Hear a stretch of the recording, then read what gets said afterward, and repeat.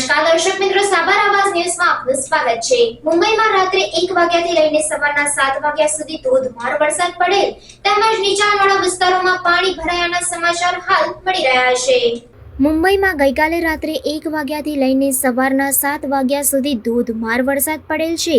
આશરે 300 mm વરસાદ પડ્યાની નોંધ થઈ છે અને ભારે વરસાદથી નીચાણવાળા ભાગોમાં પાણી ભરાઈ ગયા છે। લોકલ ટ્રેનો પણ ધીમી ગતિએ ચાલી રહી છે અને વાહન વ્યવહાર પણ ધીમી ગતિએ ચાલી રહ્યો છે। બીએમસી તરફથી સવારની સ્કૂલ કોલેજને રજા આપવામાં આવેલી છે। બપોર પછીની સ્કૂલ કોલેજને પરિસ્થિતિ જાણ્યા પછી સૂચના આપવામાં આવશે। મુંબઈમાં આખો દિવસ વરસાદ પડે તેવી સંભાવના જણાઈ ગઈ છે અને મુંબઈમાં હાલ રજાનો માહોલ દેખાઈ રહ્યો છે। હાલના તબક્કે પણ વરસાદ ચાલુ જ છે।